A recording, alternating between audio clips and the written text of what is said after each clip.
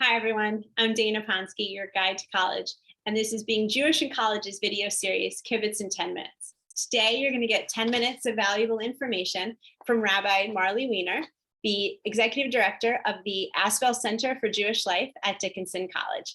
Thank you so much, Rabbi, for being with us today. Of course. Thank you so much for having me. Awesome. So to get us started, even though I just said it, I'll give you the opportunity to explain what is the name of the Jewish Center on campus. Sure. So we are the Milton B. Asbel Center for Jewish Life, to give the long full name. And we are a college office contained within the Office of Equity and Inclusivity. Okay. And how many Jewish students do you have at Dickinson College? And in particular, what would be the breakdown between Reform, Conservative, Orthodox, Humanist, Reconstructionist, or any identity a student might have within our very diverse faith? Sure. So we have about 200 Jewish students on campus, give or take, which is about 10% of the campus population. And in terms of the breakdown, I would say most of our students identify as this sort of new growing aspect, just Jewish, whether they grew up in, all different sorts of synagogues and are exploring the multi-denominational aspect of Jewish life on campus, or whether they grew up more secular and are exploring Jewish life on campus for the first time. That's a lot of them. I would say behind that would then be Reform and then Conservative after that. And the Orthodox population on the campus is extremely small. Okay. It is currently one student. Okay. But that's one student.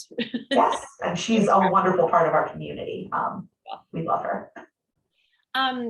That's just great to know. Yeah.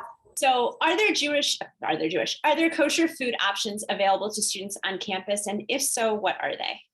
Sure. We have within our dining hall, we have what is called the Cove, which stands for Kosher Vegan. It is a kosher meat kitchen that also serves vegan options. So many of the students who utilize it don't necessarily keep kosher, but they keep halal, which is Islamic dietary needs, or they're vegan. And students from all over campus can eat there. I am the supervising mashgicha of the Cove. We also have within the Asbel Center itself a dairy and a meat kitchen, which are kept under lock and key and supervised in terms of the kosher by me. Okay. Wonderful. Are there weekly Shabbat dinner or gathering opportunities for students? Yes, so we have Shabbat services every Friday, unless some strange thing should come up, and we prepare a home-cooked Shabbat dinner every week out of the Asbel Center kitchens, or sometimes we do vegetarian takeout from local restaurants. In terms of maybe the most popular or well-attended programs that you have on campus each year, what would they be? Or if there is one, what would that be? Sure. Our holiday celebrations tend to get really large turnouts.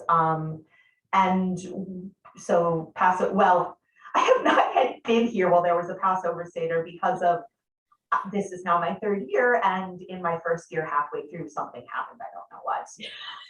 Little thing. But just a little bit.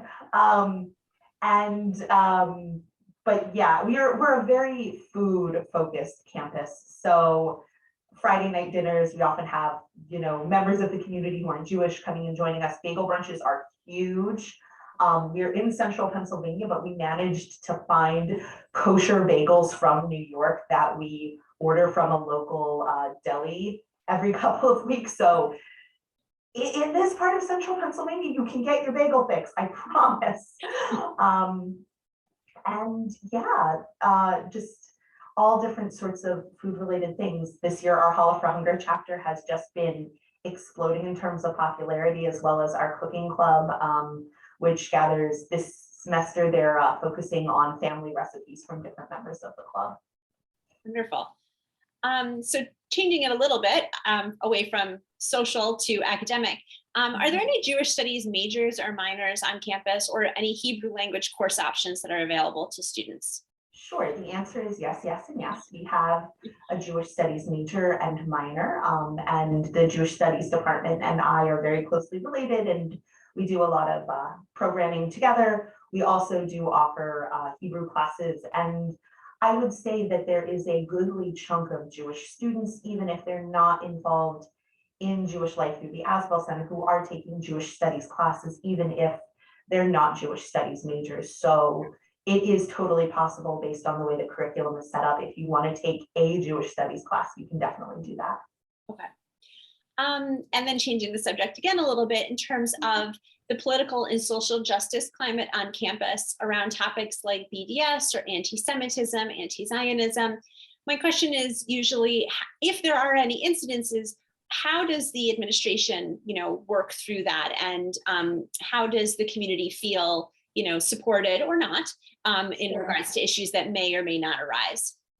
Sure. I mean, I've been extremely lucky in terms of when incidents arise, and unfortunately, we live in a climate where they do arise. The administration is extremely supportive and communicative towards myself, which is, I think, really positive that they're checking in. Public safety is really responsive if there are any additional, needs that our community might have. And in terms of sort of the broader community on campus, I am really fortunate to have a lot of strong relationships with the faculty advisors and chaplains for other religious groups on campus. And we have those strong bonds and networks, which sometimes, if something should happen, feeling isolated often is the largest challenge in that situation. And I'm very fortunate that I have never felt isolated going through something. And in terms of the student body, in terms of politics, it's a very vocal campus. We like to make our voices heard, but I have worked at a number of other campuses, and I have never experienced the level of respectful disagreement before I came. Like, the level of discourse at Dickinson is just very, very high. Our students, certainly, sometimes there are raised feelings, there are harsh disagreements, but the students tend to sort of keep it within the realm of intellectual curiosity and a pretty high level of discourse. Okay, wonderful. What are any challenges, if any, might a Jewish student face at Dickinson?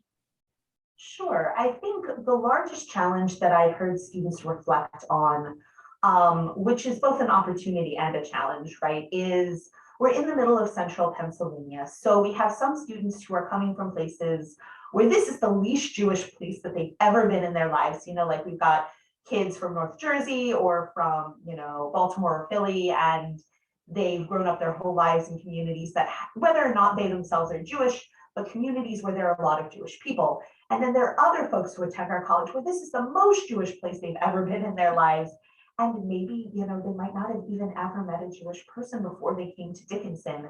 And the amount of curiosity and learning, but also just the amount of teaching that happens here on this campus is quite large. And, as long as folks are respectful, I'm always super, super happy to do it. But that can be a little bit of, a culture shock if you are from an area where there are a lot of Jewish people. Okay. Can you tell us one interesting piece of information about Dickinson that you would want people to know? Sure. So I always like to say, when I'm talking to prospective students and their families, that culture fit is just such a huge and important piece of the college experience. And it's not about, what college has the best Hillel or the worst Hillel or the best Jewish. It's really about finding what fits for you. So what I'm going to share is a little bit niche, and I think that for some students, this will be really useful and pertinent information, and for others, it'll be like, oh, okay. But we at Dickinson take sustainability education, and sustainability leadership really, really seriously. We are a carbon neutral college. I don't remember how others there are in the United States, but it's a very small number. We are one of the first to achieve carbon neutrality. We have amazing programs in sustainability education. There's a huge center for research in water treatment and preservation of waterways here on campus. And here at the Asbel Center, we do a lot of work with our college farm, which is kind of the engine that drives sustainability education on campus. One of my personal favorite events that we do every year, which the students also love, is a big Sukkot bonfire out at the Dickinson farm, where we just, we hang out and we roast vegan marshmallows and get the chance to kind of explore the farm, which is just such a wonderful resource. Awesome. And finally, what do you love most about leading the Jewish community at Dickinson? Yeah, I mean, I'm so grateful to be on a small liberal arts campus, and within Carlisle itself, that sort of, because the other two colleges where I've worked were much larger and the Jewish community was much larger, but there's something so lovely about the fact that I really can get to know every single Jewish student on campus. I can, get to know really deeply a lot of the different faculty and staff and build those connections. And I think our students have the opportunity to do a lot of that same work. And really truly having the opportunity, because it's not a large campus, to give students the opportunity to leave their mark, to give students the opportunity to build the Jewish community that works for them, and to really put their mark on what we do here. And that's the kind of hill I want to lead. I really want to give students the opportunity to take, what already exists, and not just say, oh, well, we do it this way because we've always done it this way, but really make it their own. Yeah, that was a fantastic answer. Love that. Yeah.